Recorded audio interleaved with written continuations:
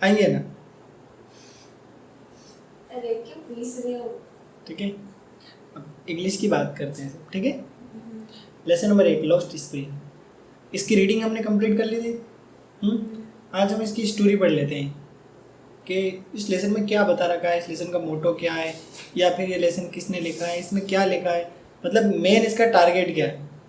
जब स्टोरी को हम समझ जाते हैं और थोड़ी बहुत इंग्लिश हमें आती है, ग्रामर, बीएस का कोर्स जैसे हमने किया था, तो बीएस का कोर्स करने के बाद अपन नॉर्मली अगर किसी स्टोरी को समझ जाते हैं तो टूटे फूटे अक्षरों में कुछ कुछ क्या कर सकते हैं, लिख सकते हैं, लिख सकते हैं। मेरे को नहीं आता, बीएस का कोर्स कर लिया, आता ठीक है? नहीं है बीएस, अब लेकिन नहीं आता। ये एक्सपेरिमेंट हम इस पार्ट में करेंगे, ठीक है। स्टोरी बड़े ध्यान से सुनना, ठीक है। फिर कुछ ऐसे स्पेलिंग है जो तेरे को रीडिंग के टाइम याद करनी पड़ेगी। स्पेलिंग याद नहीं करेंगे, वोकेबुलरी मजबूत नहीं करेंगे, तब तक अपन लिख नहीं सकते, सीधी सी बात है, ठीक है। तो पहले स्टोरी ध्यान से सुनना, फिर जो भी मैंने बीएस में सारे टॉपिक समझा उनको थोड़ा थोड़ा अपने माइंड में बिठा लेना अच्छे से। वो अगर बैठ जाते हैं फिर आराम से एज ए स्टोरी दिमाग में बिठा के अपन आराम से क्या कर सकते हैं, इसके आंसर लिख सकते हैं।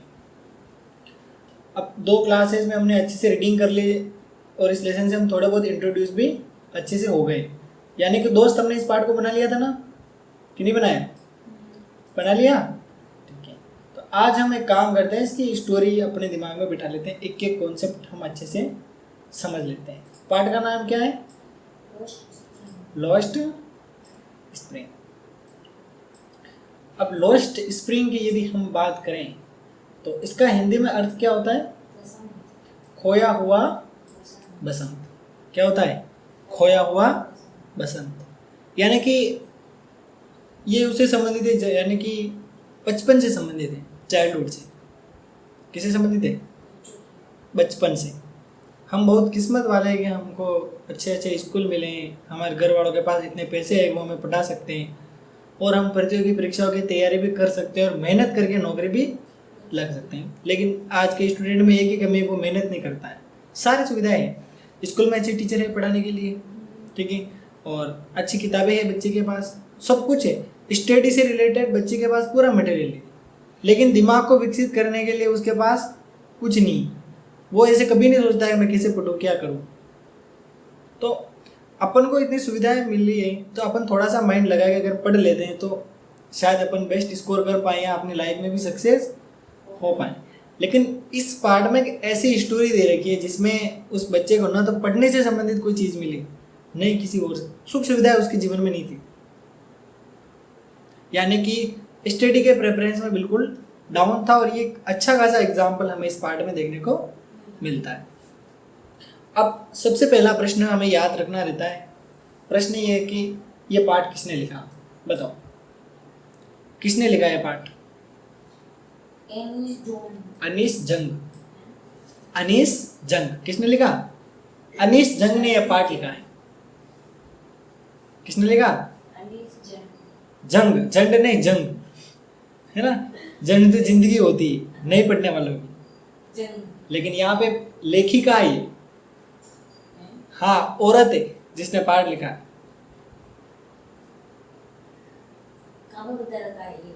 ये मैं बता रहा हूँ कि लॉस्ट स्प्रिंग जो पार्ट है वो एक महिला ने लिखा है, जिसको हम राइटर के नाम से जानते हैं, राइटरिंग कह सकते हैं, लेखिका, लेखिका ये, और लेखिका का नाम क्या है? अनीस जंग।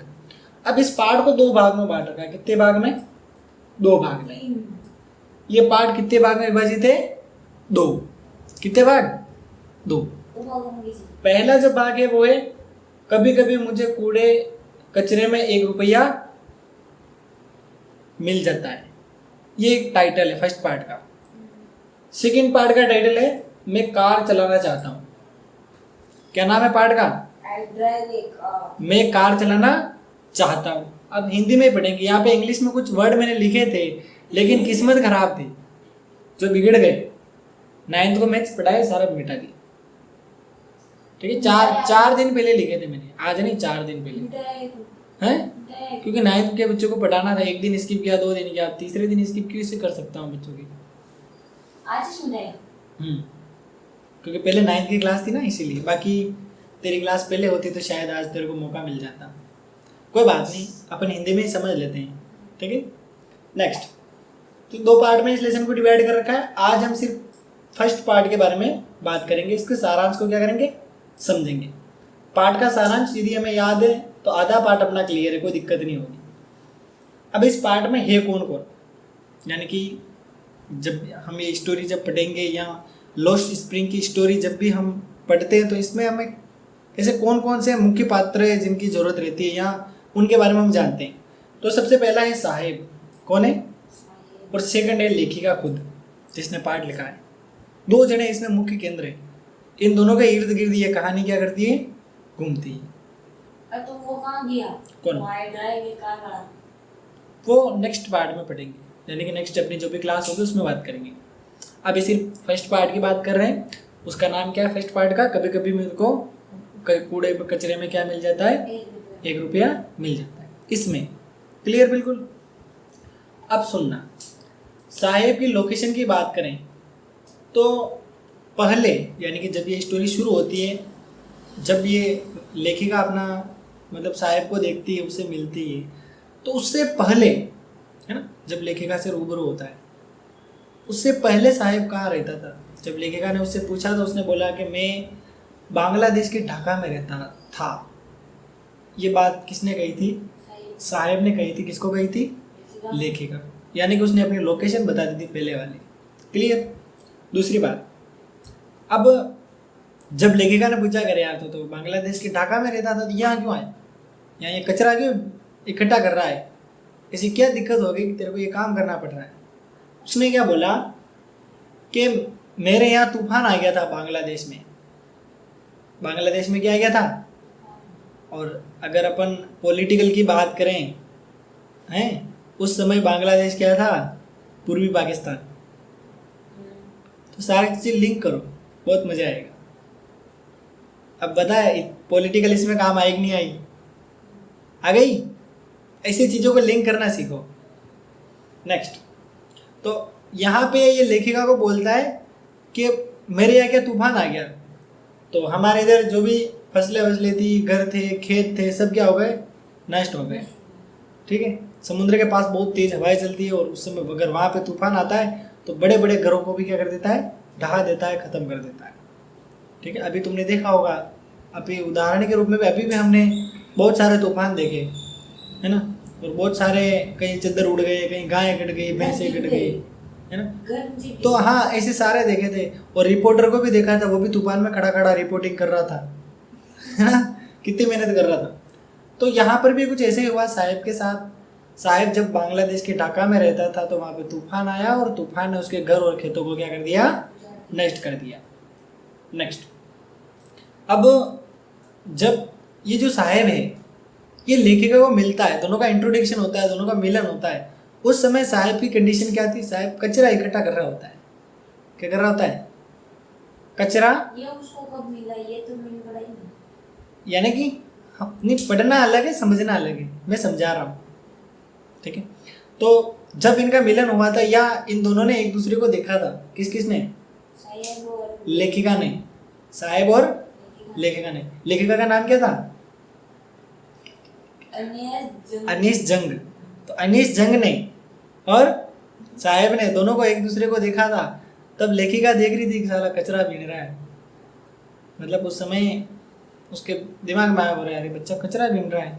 तो उसके मन में हुआ कि यार इस बच्चे से मैं कुछ बातचीत करूं। तो इसी प्रकार वो जो बात थी उसने एज ए स्टोरी लिख दी और इंग्लिश में छाप दी। इसलिए तो ये चीज़ मैं तुम्हें डेवलप कर रहा हूँ कि तुम भी किसी को कचरा बीनते हुए देखो तो तुम भी उस पर स्टोरी लिख दो। कितना बड़ा आइडिया है। इसीलिए तो मैं स्टोरी की प्रैक्टिस करवाता हूँ। और वो बच्चा जिसने सुअर वाली स्टोरी लिखी, बहुत ही गजब की लिखी, देवीलाल। अगली बार हम ऐसे ही करेंगे, इसीलिए मैं एक कंबाइन क्लास रखेंगे, सभी की स्टोरियाँ पढ़ के सुनाऊंगा, बहुत मजा आएगा। ठीक है। तुम्हें पता ही नहीं है यहाँ इतने अच्छे क्रिएटिव स्टूडेंट हैं। मतलब उसके खेत में सूअर आ गए, उसने सूअर को भगा दिया, देवीलाल ने, 9th क्लास का बच्चा है। ये भी एक स्टोरी है, ये भी छप जाएगी हिंदी में। क्यों नहीं छप सकती है स्टोरी, ये देवीलाल ने लिखी है। राइटर कौन है, देवीलाल। ऐसे बच्चे डेवलप करने हैं जो खुद स्टोरी लिख दे। तू खुद लिख लेती है, तूने खुद नहीं लिखी अच्छी अच्छी स्टोरी, तू तो तोड़ मतोड़ करके लिखती, उसने तो प्योर स्टोरी निकाल दी। समझी? देख, बाहरी चीजें हम लिंक करके चलेंगे ताकि अपनी ये स्टोरी उनसे लिंक हो जाए और जब भी एग्जाम में लिखे तो अपन को सारा याद आता रहे। ठीक है, तो उससे कोई दिक्कत ही नहीं। नेक्स्ट, अब जब इस लेखिका ने साहिब को देखा तो उससे पूछा, है लड़के इधर आ। क्या बोला? इधर आ, तुम ये सब क्यों करते हो? क्या पूछा? ये किसने पूछा? किसको पूछा? लेखिका ने साहिब को पूछा कि तुम ये सब क्यों करते हो? तो फिर साहिब ने बोला कि हमारे पास इसके अलावा कोई काम नहीं है। हमारे पास जगह हो तो हम खेती करें, है, हमारे पास पैसे हो तो हमको काम धंधा लगाए, लेकिन काम तो हमारे पास कोई है ही नहीं। घर मकान थे वो सारे नष्ट हो गए तूफान के कारण। ऐसी बात किसने कही थी? साहिब ने लेखिका को कर दी। इस बक्कल को रख दे, ये अपना ध्यान भटकाता है, परीक्षा में 2 नंबर माइनस करवाता है, तो ऐसे बकल का प्रयोग क्यों करें? नेक्स्ट, फिर लेखिका ने बोला तेरे पास कोई काम नहीं है, ठीक है, तो स्कूल जाया करो। क्या बोला? किसने बोला? हाँ, कि तुम्हारे पास कोई काम धंधा नहीं है तो स्कूल जाओ, पढ़ो, पढ़ाई करो। तो फिर साहब ने बोला कि मेरे आसपास कोई स्कूल ही नहीं है। ये तो फायदे की बात हो गई, स्कूल है ही नहीं, जाना ही नहीं। ये बात किसने कही थी? साहब ने। तो फिर साहब ने और बोला कि जब स्कूल बनेगा ना तब मैं स्कूल जरूर जाऊंगा। क्या बोला? साहब ने बोला लेखिका को कि जब स्कूल बन जाएगा ना तब मैं स्कूल में जाऊंगा, अभी स्कूल है ही नहीं है तो जाना ही नहीं है, कचरा बिनो और मस्त रहो। ये बात साहब ने लेखिका को कह दी थी बहुत ही अच्छे शब्दों में। ठीक है भाई, ये बात हो गई बहुत मस्त तरीके से। अब आगे की बात करते हैं। फिर लेखिका ने बोला कि भाई अगर कहीं आसपास यहाँ पे मैं एक स्कूल शुरू कर दूँ तो तुम आओगे? लेखिका बोल रही थी वैसे ही, मतलब रोल कर रही थी ऐसे कह सकते हैं, या फिर उसको बोल रही थी कि देखा ताश देखते हैं इसके पढ़ने की इच्छा है कि नहीं है। तो लेखिका ने पूछा कि मैं यहाँ के आसपास एक स्कूल खोल दूँ तो तू आएगा कि नहीं आएगा पढ़ने? तो उसने बोला हाँ आ जाऊँगा मैं, तो स्कूल खोला तुम तो। यानी कि उस बच्चे के पढ़ने में रुचि थी, मन में कहीं ना कहीं उसके पढ़ने की इच्छा थी, लेकिन नहीं पढ़ पा रहा था, आसपास स्कूल नहीं था, उसके अलावा उसके पास और कोई दूसरा काम था नहीं। मन में इच्छा थी पढ़ने की, लेकिन काम क्या कर रहा था? कचरा बीन रहा था। हमारे मन में भी इच्छा नहीं है, बाकी सुविधा से हुई, अपने यहाँ से उल्टा हो रहा है। लेकिन साहिब में एक चीज़ है, उसने उस स्थिति को देखा है जिसमें उसके घर बार सारे नष्ट हो गए, उसके मन में वो चीज़ें थी। और जब बच्चा इतना संघर्षी हो जाता है तो शायद वो सच में उस समय पढ़ने लगता है ना, उसके बाद तो 100% वो कुछ न कुछ सफल हो ही जाता है अपने लाइफ में। अब मेरी बात सुनो। वहाँ ढाका से बांग्लादेश वहाँ से आया। हाँ, बांग्लादेश के ढाका में रहता था। आया कहाँ? अपने इधर आया था। अपने इधर का नाम तो लोकेशन नहीं दे रखी है, ठीक है, अपने आस यहाँ आया था, सीधी सी बात। नेक्स्ट, अगला दे रखा है। कुछ दिन बाद साहिब लेखिका के पास गया, थोड़े दिन बीत गए, फिर साहिब लेखिका के पास गया और बोला कि क्या आपका स्कूल तैयार है? मैं पढ़ने के लिए तैयार हूँ, स्कूल तैयार हुआ कि नहीं हुआ? किसने बोला? अब देख लो उसकी कितनी रुचि है पढ़ने में, लेकिन स्कूल नहीं है, उसके कारण वो नहीं पढ़ पा रहा था। अब लेखिका ने क्या बोला? स्कूल बनाने में बहुत ज़्यादा टाइम लगता है, तुम इतनी जल्दी कैसे आ गए? क्या बोला? स्कूल बनाने में बहुत ज़्यादा टाइम लगता है, तुम इतने जल्दी कैसे आ गए? तो फिर ये कहते लेखिका अपने मन में सोच रही थी, मतलब लेखिका ऐसे फील कर रही थी कि यार मैंने इस बच्चे से वादा किया कि मैं स्कूल खोलूँगी, और इस बच्चे की एक उम्मीद थी कि यार हाँ वो लेखिका एक स्कूल खोलेगी और मैं पढ़ने जाऊँगा। बच्चे के मन में ऐसा था। उस समय लेखिका को बहुत बुरा लग रहा था, सेड लग रहा था कि मैं झूठा वादा नहीं करती तो ठीक रहता, मैंने तो बोल दिया कि स्कूल खोल दूँगी, लेकिन अब मैं स्कूल नहीं खोल पा रही हूँ। तो उस समय लेखिका थोड़ी सी मतलब शर्मिंदगी महसूस कर रही थी। और फिर उसने सोचा कि साहिब जैसे अनेक लोग होते हैं, उनसे कई लोग वादे करते हैं और वो वादे पूरे नहीं होते हैं। एक अपना उदाहरण ले लें, हैं? मान लेते हैं 1 महीने बाद चुनाव है, नेताजी निकल गए प्रचार पे, चलो चलो अपने गांव में चलो, अपने गांव में आए, हाँ भाई, आपके सूचना तो पहले नेताजी को मिल जाती है कि इस गांव में ये मुद्दा है। देखो, आपको पता है आपके गांव में ये रास्ता कितना खराब है, कितना पानी भरा हुआ है। बोलते हैं नेताजी से, इस रास्ते को सही करवाना है कि नहीं करवाना है? सारे लोग बोलेंगे हाँ हाँ करवाना है, मैं करवाऊंगा। कौन बोलेंगे उस समय? कौन बोलेंगे? नेताजी बोलेंगे। फिर नेताजी बोलते हैं कि मेरे को जीता देना, यहाँ पे आके डामर रोड करा दूंगा, यहाँ पे आके गीटी कांकरी करा दूंगा, यहाँ पे छाया करा दूंगा, दोनों तरफ तारबंदी करा दूंगा। जैसे ही चुनाव हुए, नेताजी जीते और नेताजी गायब। लोगों के सपने तो टूटे, लोगों से वादे किए वो तो टूटे।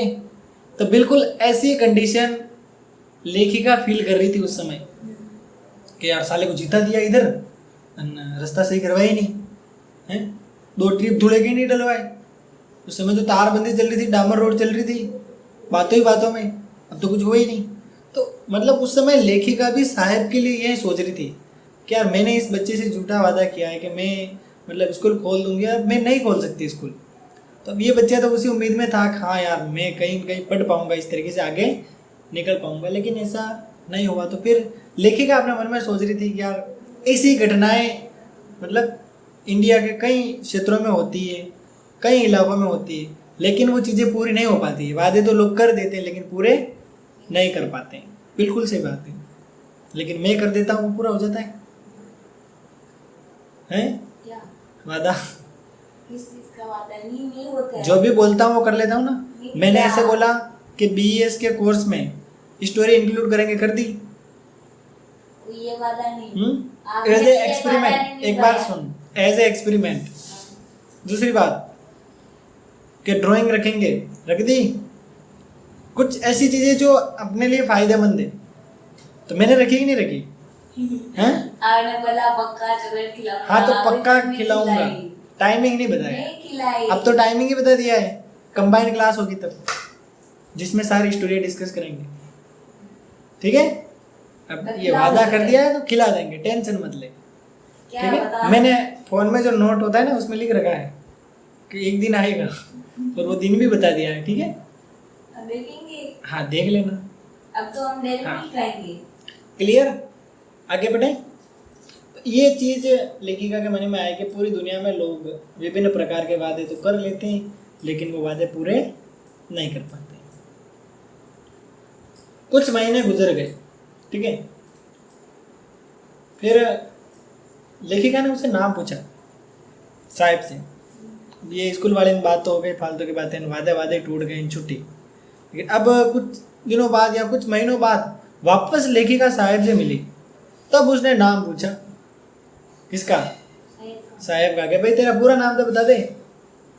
तो फिर उसने नाम बताया, साहिब ए आलम। क्या नाम बताया? साहिब ए आलम। अब नॉर्मली साहिब ए आलम ये जो नाम है, इसका अर्थ क्या होता है? संसार का मालिक। क्या होता है? ये उसके नाम का अर्थ था, जो खुद साहिब को नहीं पता था। यानी कि हम, हाँ, साहिब ए आलम का अर्थ क्या होता है? संसार का मालिक, जो पूरे संसार को चलाने वाला। उसका ऐसा इतना खूबसूरत नाम जिसका अर्थ वो खुद नहीं जानता था। यानी कि कभी कभी हमें बहुत समझदारी होती है, बहुत दिमाग होता है, लेकिन कभी कभी वो डेवलप ही नहीं हो पाता है। अपना उदाहरण बताऊं, 9th क्लास का एक स्टूडेंट है, बहुत तेज दिमाग है, पढ़ लेता है, चीज़ें समझ लेता है, कोई भी हो, लेकिन पढ़ना नहीं चाहता है, इच्छा नहीं। दिमाग तो है, सब कुछ है, लेकिन पढ़ने की इच्छा नहीं, आगे बढ़ने की इच्छा नहीं।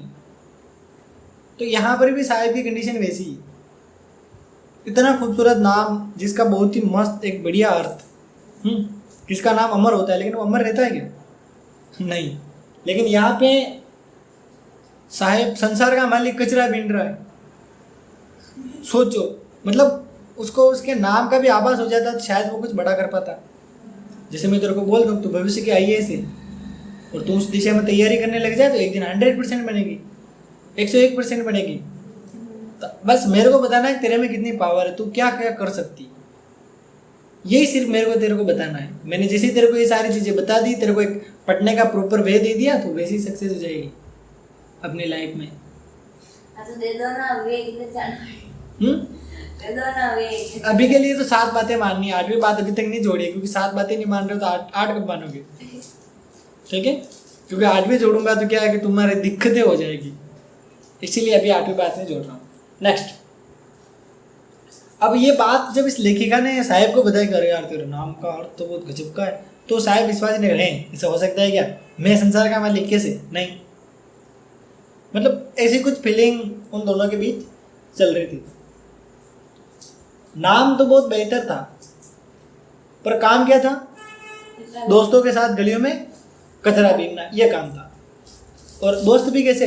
बिना चप्पलों वाले। नाम हटा दर्शक करो। दोस्त कैसे? बिना चप्पलों वाली टोली के साथ घूमता रहता, और दोपहर तक कचरा बीनता, फिर कहीं गायब हो जाता, यानी कि फिर दिखते ही नहीं, दोपहर तक का ही काम रहता था। सुबह सुबह ही लग जाता कचरा बीनने में। मैंने खुद ने देखा है कई जनों को कचरा बीनते हुए। डेली उदयपुर जाता था तो वहाँ मिलते थे, रास्ते में इधर उधर बीनते रहते। बहुत ही गजब की चीज़ आएगी आगे, उसको डिस्कस करेंगे। लेखिका ने एक लड़के से पूछा ना, एक लड़के से पूछा, मतलब जो साहिब के साथ उसकी टोली में था, उससे ये पूछा, अरे यार तेने चप्पल क्यों नहीं पहन रखी? एक लड़के से पूछा था। क्या पूछा? चप्पल कहाँ गई तेरी? उसने क्या बोला? मेरी माँ ताक से चप्पलें नीचे नहीं उतारती, उसने ऊपर ताक में रख रखी है, नीचे उतार दी नहीं है, मैं पहनता ही नहीं हूँ। ये बात बोल दी उसने। किसने? उस बच्चे ने। उसका दोस्त था, उसका एक और दोस्त था, उससे पूछा,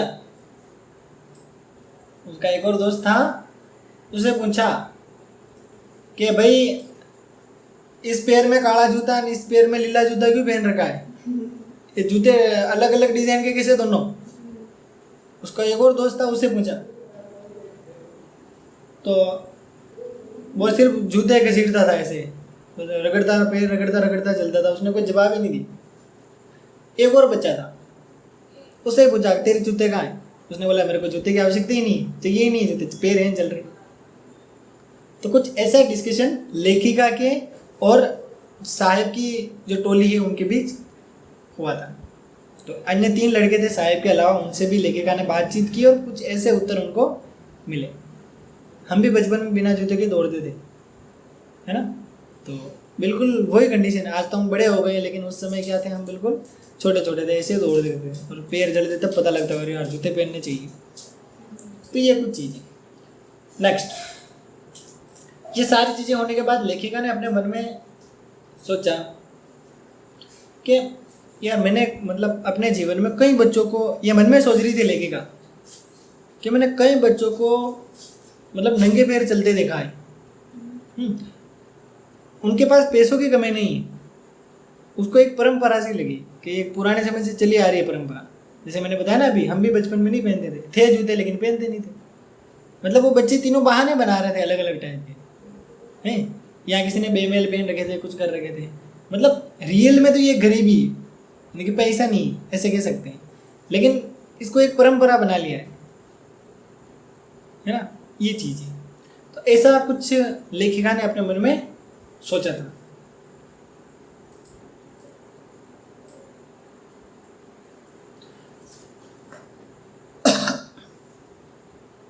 अब लेखिका एक कहानी की बात की थी, मतलब उसको कोई पहले कहानी पता थी या कुछ चीज़ पता थी, वो उन बच्चों को कहती है या सुनाती है, ऐसे कह सकते हैं। अब लेखिका ने जो ये स्टोरी सुनी, ये एक जो भी आदमी था या महिला थी, मेरे को नहीं पता, उद्दीपी नाम है, उसने गई थी। ठीक है, उद्दीपी ने लेखिका को कोई स्टोरी बताई थी, तो लेखिका अब इसमें ऐड कर रही। ठीक है, अब थोड़ा सा चेंजेस आएगा, ट्विस्ट आएगा थोड़ा सा, तो थोड़ा सा ध्यान से समझना। यानी कि अभी तक हमने साहिब के बारे में पढ़ लिया कंप्लीट, ठीक है, साहिब की टोली के बारे में सब कुछ, कंफ्यूज बिल्कुल मत होना। अब एक अलग सी स्टोरी आ रही इसी के अंदर, जो लेखिका ने इसके अंदर इंक्लूड की है, या शायद उन साहिब को सुनाई होगी या उनकी टोली को सुनाई होगी, या इस लेसन में इंक्लूड कर रखी है। सुनना ध्यान से। एक बालक मंदिर के रास्ते विद्यालय जाता था। मंदिर नहीं, एक बालक था जो मंदिर के रास्ते होते हुए कहाँ जाता था? विद्यालय। अपन बालकी को ले ले, सुमित्रा है घर से निकलती है, मंदिर पे आती, मतलब मंदिर बीच में आते ही है, और फिर कहाँ चली जाती है, स्कूल। ठीक है। अब उस बालक के पिताजी क्या थे, पुजारी। अपने यहाँ केस नहीं, लेकिन मान लेते हैं तेरे पिताजी भी पुजारी। आए मजा? ठीक है। घंटी बजाते हैं, सेवा करते हैं। घर पे तो करते ही है ना, कभी नहीं करते, दीवा अगरबत्ती नहीं करते, कोई बात नहीं। तो फिर भी हाँ, फिर भी अपन मान लेते हैं तेरे पापा क्या है, पुजारी। बालक रोज भगवान से प्रार्थना करता, यानी कि मान लेते तेरे पिताजी यहाँ पुजारी होते हैं, तू घर से निकलती मंदिर में घुस जाती, भगवान से बोलती कि भगवान मेरे को एक जोड़ी जूते दे दो, क्या बोलती? तो यहाँ पर भी ऐसे ही है, एक बालक था, उसके पिताजी क्या थे, पुजारी, और स्कूल जाता था, रास्ते में मंदिर पड़ता, मंदिर में घुस जाता और भगवान से प्रार्थना करता कि मेरे को क्या करो, एक जोड़ी जूते दे दो, सिर में नहीं, पहनने के लिए। सिर वाला नहीं मानता। जब 30 साल बाद लेखिका वहां पे गई, कितने साल बाद, मतलब हाँ, यानी कि बालक 30 साल का आराम से हो गया होगा, या फिर उसके ही बालक हो गए होंगे, 30 साल तो बहुत होते हैं, ठीक है। तो फिर वहाँ पे एक नया पुजारी था, मतलब जब लेखिका 30 साल बाद उस इलाके में गई तो वहाँ पे एक नया पुजारी आ गया था। क्या पता वो लड़के हो, कौन हो वो अपन को नहीं पता है, लेकिन एक नया पुजारी वहाँ पे आ गया था। अब वो जो पुजारी था वहाँ पे, मतलब वहाँ की लोकेशन में उसने देखा कि लाल और सफ़ेद कलर की वहाँ पे कुर्सियाँ पड़ी हुई थी, ठीक है। नेक्स्ट, एक लड़का वहाँ पे आया और उसने स्लेटी रंग की वर्दी पहन रखी थी। स्लेटी रंग मतलब डार्किश कलर के अंतर्गत होता है स्लेटी रंग, है ना। स्लेट पार्टी जो होती है ना, उससे रिलेटेड है, पूरा डार्क नहीं, हल्का फुल्का ऐसा। और उसने मोजे पहन रखे थे और उसने जूते पहन रखे थे। क्या पहन रखे थे? 30 साल बाद की बात कर रही है। मेरे को लग रहा है कि उस पुजारी के जो लड़का था ना, उसके और लड़का हो गया हो, ऐसा लग रहा है। मैं कुछ अपनी स्टोरी पे इंक्लूड करते जाते हैं ताकि थोड़ा सा इंटरेस्ट क्रिएट हो। नेक्स्ट, अब बच्चे ने जूते वूते पहन रखे थे और बच्चा आया, मतलब घर पे आया था, है ना, ऐसे बोल रहे हैं। तो जैसे बच्चा घर पे आया, उसने क्या किया, स्कूल का थैला का मतलब पलंग पे फेंक दिया, ठीक है। जैसे अपन भी आते ना, स्कूल से आते हैं छोटे बच्चे ऐसे करते हैं, बैग फेंक देते हैं, फेंकते कि नहीं फेंकते, तो उस बच्चे ने ऐसे किया। फिर ये जब चीज़ लेखिका ने अपनी आंखों से देखी तो उसको अपने दिमाग में आया, उस पुराने लड़के का ख्याल आया था जो 30 साल पहले मतलब एज ए स्टोरी या उसने मतलब कहानी सुनी थी। उसमें लेखिका सोच रही थी, हाँ यार 30 साल पहले की बात है, एक बच्चा था, उसके पिताजी पुजारी थे, जब वो स्कूल जाता था तब वो रास्ते में मंदिर आता था और मंदिर में भगवान से मतलब माता जी से प्रार्थना करता था, या ऐसा कह सकते हैं देवी माँ से प्रार्थना करता था। ऐसे बोलता था कि मेरे को जूते दे दो, और जूते एक जोड़ी जूते दे दो, है ना। जूते देना अलग होता है, एक जोड़ी जूते देना अलग होता है। तो फिर लेखिका ऐसे सोच रही थी कि हाँ यार अब इस बच्चे को जूते प्राप्त हो गए। क्या सोच रही थी? यानी कि देवी माँ ने उस बच्चे की प्रार्थना सुन ली, ऐसे कह सकते हैं। फिर लेखिका ने सोचा कि वर्तमान पुजारी के पुत्र को तो जूते मिल गए, परंतु आज भी आस पड़ोस का कचरा बीनने वाले लोगों के पास जूते नहीं। ये चीज लेखिका अपने मन में सोच रही थी। अभी जो बताए ना साहिब के बाद की स्टोरी, ये चीज लेखिका अपने मन में सोच रही थी कि पुजारी का जो लड़का था, है ना, उसको तो जूते मिल गए, लेकिन आजकल जो लोग कचरा बीनते हैं उनको जूते नसीब नहीं। ये बात लेखिका ये कर रही थी, सोच रही थी। अब थोड़ी सी और कहानी चेंज होती है, उसकी बात करते हैं। अब दिल्ली के आसपास का इलाका है, और अब तेरे को उत्तर भी मिल गया होगा कि साहिब कहाँ रहता है। दिल्ली भारत में ही है, तो साहिब दिल्ली में ही रहता है। दिल्ली का कौन सा काम है? सीमापुरी। कौन सा काम है? तो दिल्ली के सीमापुरी में कौन रहता है? साहिब। अब यहाँ पर जितने भी लोग रहते हैं उन्होंने अवैध रूप से, यानी कि उनके पास कोई डॉक्यूमेंट नहीं है, उन्होंने उस जमीन पर क्या कर रखा है? कब्जा कर रखा है, अपनी झुप्पड़ पट्टियाँ बना रखी है और आराम से क्या कर रहे हैं? रह रहे हैं। अब यहाँ पर जितने भी लोग रहते हैं सीमापुरी में, दिल्ली के आसपास, दिल्ली के मतलब दिल्ली की बॉर्डर पर स्थित है ना, सीमापुरी गांव। तो सीमापुरी गांव में जितने भी लोग रहते हैं, सीमापुरी में जितने भी लोग रहते हैं, जब 1971 का बांग्लादेश विभाजन हुआ था तब ये लोग भारत में आ गए थे और वहाँ बस गए थे सीमापुरी इलाके में। समझ गई? पॉलिटिकल काम आ रही नहीं आ रही? आ रही है अच्छे से? पुरानी स्टोरी सारी याद आ गई होगी। दोनों तरफ चुनाव हुए थे, इधर हुआ था, वो हुआ था, उसके कारण वहाँ के लोग भारत की सीमा में घुस गए थे और सीमापुरी तक पहुँच गए थे। याद आया? तो ये उससे हम इन चीज़ों को लिंक कर सकते हैं। तो सीमापुरी में जितने भी लोग रहते थे वो बांग्लादेश से आए थे। और कब आए थे? 1971 में, जब विभाजन हुआ था उस समय। नेक्स्ट, साहब का परिवार भी यहीं रहता था। साहब जो था उसका परिवार भी यहीं रहता था। यहाँ के मकान की बात करें तो सभी मकान मिट्टी से बने हुए हैं। मिट्टी से सारे मकान बना रखे हैं और छतों पे चादर लगा रखी है ना, या फिर पाल टांग रखे हैं। नॉर्मली गाडोलियो के देखा होगा, गाडोलियो के घर देखे बहुत सारे, तो बिल्कुल वैसी कंडीशन थी सीमापुरी की। अब सोच लें, मतलब दिल्ली जैसा एक सुसज्जित शहर, देश की राजधानी के आसपास एक छोटा सा गांव सीमापुरी, जहाँ पर लोगों के रहने की व्यवस्था, या तो टीन के चादर लगा रखें, स्टील वो चादर जो होते ना वो, या फिर पाल टांग रखें। इस प्रकार लोग सीमापुरी में रहते थे और साहिब भी वही रहता था। और इन घरों की जो दीवारें थी वो किससे बनी हुई थी? गारे से या मिट्टी से। और छतें पाल से और त्रिपाल या टीन, है ना, टीन की चादर लिख देना है ना, चादर या टीन ऐसे लिख देना। नेक्स्ट, अब इस इलाके की आबादी की बात करें तो सीमापुरी में लगभग 10,000 लोग रहते हैं। कितने लोग रहते हैं? 10,000 लोग रहते हैं। और ये क्या काम करते हैं? कचरा बीनने का।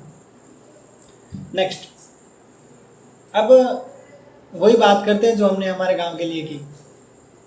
ठीक है, अब इन लोगों को चाहिए खाने पीने की चीज़ें, फ्री के गेहूँ, फ्री का केरोसिन या गैस की टंकी पर डिस्काउंट। तो उसके लिए क्या चाहिए?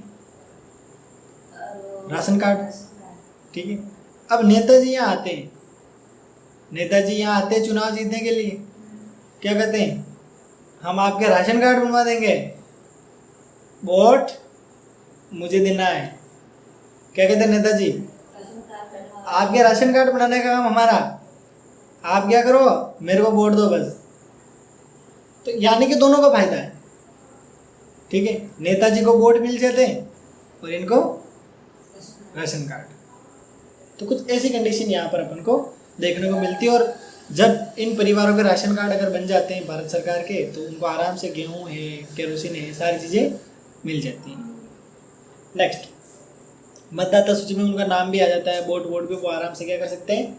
डाल देते हैं और विभिन्न योजनाओं का फायदा भी वो उठा लेते हैं। अब लेखिका की यदि हम बात करें तो एक आधी औरतें थी वहाँ पे गई लेखिका, साहब के घर भी गई होगी, हो सकता है घर भी देखा होगा, तभी तो उसने इतना वर्णन कर लिया अपनी स्टोरी में। है, यदि तुम्हारे साथ कोई घटना ही नहीं होती तो तुम स्टोरी कैसे लिखोगी? छोटी मोटी घटनाएं तो होनी चाहिए ना। जैसे तेरे को एक नई घटना मिल गई है, मैं फतेहनगर सीधे रास्ते गई थी ना, आई उल्टे रास्ते से, स्टोरी बना सकती है? बना सकती है। कल वो मैंने बोला था उसके ऊपर बना देना, बना देना, वो डूब रहा, बना देना। जो घटना आंखों से देख रही है लिख दे, अच्छी लेखिका जरूर बन जाएगी। सुना मैंने, अच्छी लेखिका जरूर बन जाएगी, समझी? नेक्स्ट, अब लेखिका थी, ये लेखिका पाठ वाली, इसने वहाँ के औरतों से पूछा,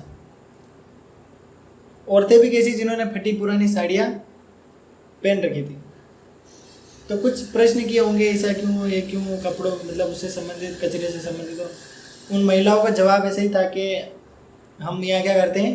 कचरा बीनते हैं, हमारे पास और कोई काम है नहीं, क्या करते हैं हम? कचरा बीनते हैं।